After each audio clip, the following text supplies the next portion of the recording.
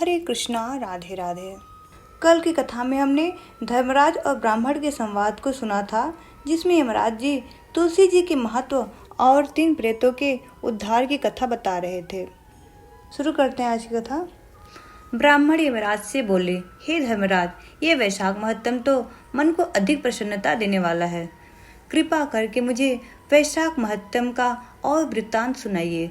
यमराज जी बोले, हे ब्राह्मण, ये वैशाख मास बहुत ही पावन है, पुण्यदायी और फलकारी है। इसके महत्व की जितनी प्रशंसा की जाए कम है। आपको आज के प्रसंग में राजा महिरथ की कथा सुनाता हूँ, ध्यान पूर्वक सुनो। पूर्व काल की बात है। महिरथ नाम के एक राजा थे। उन्हें अपने पूर्व जन्म के पुण्यों के फलस्वरूप बहुत ऐश्वर्य और संपत्ति प्राप्त थी, परंतु राजा राज्य का सारा भार मंत्री पर रखकर स्वयं काम वासना और भोग में लगा रहता था।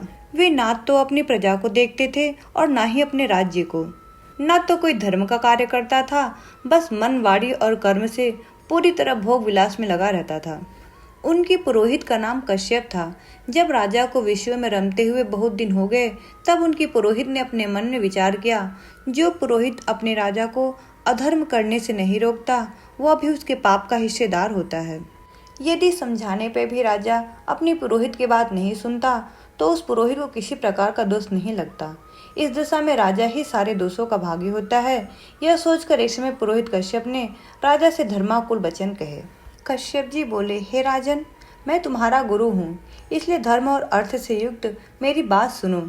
राजा के लिए यही धर्म है कि वह गुरु की आज्ञा में रहे, गुरु की आज्ञा का पालन करे। तुमने कभी भी विष्णु भगवान की आराधना नहीं की, कोई व्रत, तपस्या तथा तीर्थ भी नहीं किया। हे राजन, कितने दुख की बात है कि तुमने काम के अधीन होकर कभी भगवान के पवित्र नामों का स्मरण नहीं किया। धर्म की सहायता से ही मनुष्य दुर्गति से पार होता है। शरीर के उपयोग में आने वाली जितनी भी अन्य वस्तुएं हैं, वे सब यही नष्ट हो जाती हैं। मरने के बाद उस दुर्गम पथ पर अकेले कैसे जा सकोगे? यहाँ से प्रस्थान करने के बाद तुम्हारे पीछे कुछ भी नहीं जाएगा, केवल पाप और पुण्य ही तुम्हारे साथ जाएंगे। इसलिए तुम आलस से छोड़कर हितकारक कर्मों का पालन करो। शास्त्रों में बताए हुए सदाचार का सेवन करो। धन और काम भी यदि धर्म से रहित हो तो उनका परित्याग कर देना चाहिए।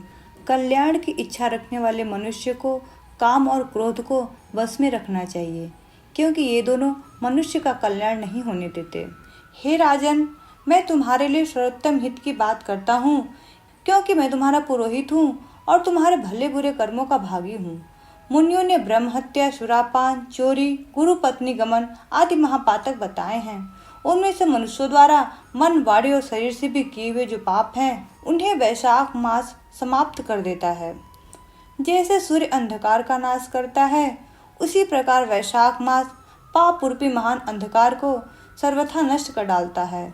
इसलिए तुम विधि पूर्वक वैशाख मास व्रत का पालन करो। वैशाख मास में किए हुए पुण्य कर्मों के द्वारा मनुष्य के जन्म जन्मांतर के किए हुए घोर पाप भी नष्ट हो जाते हैं। इसीलिए हे महाराज, तुम भी इस वैशाख मास में प्रातः स्नान करके विधि पूर्वक भगवान मधुसूदन की पूजा करो। जिस प्रकार कूटने छाटने की क्रिया से चावल की भूसी निकल जाती है, उसी प्रकार शुभ कर्मों के अनुष्ठान करने से मनुष्य के अंतःकरण का मैल भी धुल जाता है। राजा ने कहा, हे गुरुदेव, आपने मुझे धर्म की बात बता के मेरा बड़ा उपकार किया है। ये अमृत सिर्फ आप जैसे महागुरुजनों के श्रीमुख से ही मिलता है। आपके वचन इस संसार रूपी रोग को और दुर्व्यसनों को मुक्त करेंगे। हे गुरुदेव, सत्पुरुषों का समागम मनुष्यों को हर्ष देने वाला है। उनके पाप को दूर भगाने वाला तथा जरा मृत्यु का भय दूर करने वाला संजीवनी बूटी है। इस पृथ्वी पर जो जो मनोरथ दुर्लभ माने जाते हैं, वे सब यहाँ साधु पुरुषों के संग से प्राप्त हो जाते हैं। जो पापों का अपहरण करने वाली सत्संग की गंगा में स्नान कर चुका हो, उस मनुष्य को तपस्या तथा यज्ञ करने की क्या आवश्यकता है? हे प्रभु, आज के पहले मेरे मन में जो भी भाव उठते थे, वे सब केवल काम सुख के प्रति लोभ उत्पन्न करने वाले थे, परंतु आज आपके दर्शन से तथा वचन सुनने से उनके विपरीत भाव आ गया है। मूर्ख मनुष्य एक जन्म के सुख के लिए हजारों जन्मों का सुख नष्ट कर देता है, और विद्वान पुरुष एक जन्म के अच्छे कर्म से हजारों जन्म बना लेता है। कितने दुख की बात है।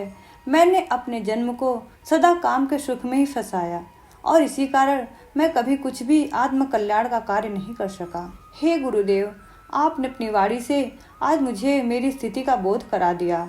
अब उपदेश देकर मेरा उद्धार कीजिए। निश्चय ही पूर्व जन्म में मैंने कोई पुण्य कार्य किया था जिससे आपने मुझे बोध कराया।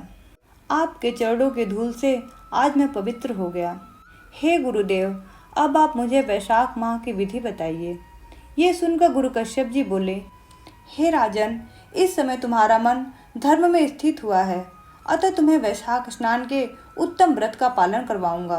तदंतर पुरोहित कश्यप ने राजा महिरथ से वैशाख माह में स्नान दान तथा पूजन कराया। शास्त्रों में वैशाख स्नान की जैसी विधि उन्होंने देखी थी उसका पूरा पालन करवाया। राजा महिरथ ने भी गुरु की प्रेरणा से उस समय विधि पूर्वक सब नियमों का पालन किया तथा माधव मास का जो जो विधान उन्होंने बताया था वह सब आदर पूर्वक सुना। राजा ने प्रातःकाल स्नान करके भक्ति भाव के साथ श्री हरिनारायण का पूजन किया। वैशाख मास महत्तम अध्याय 11 समाप्तम। आगे की कथा हम कल सुनेंगे। वीडियो पसंद आई हो तो please like share and subscribe. Hare Krishna.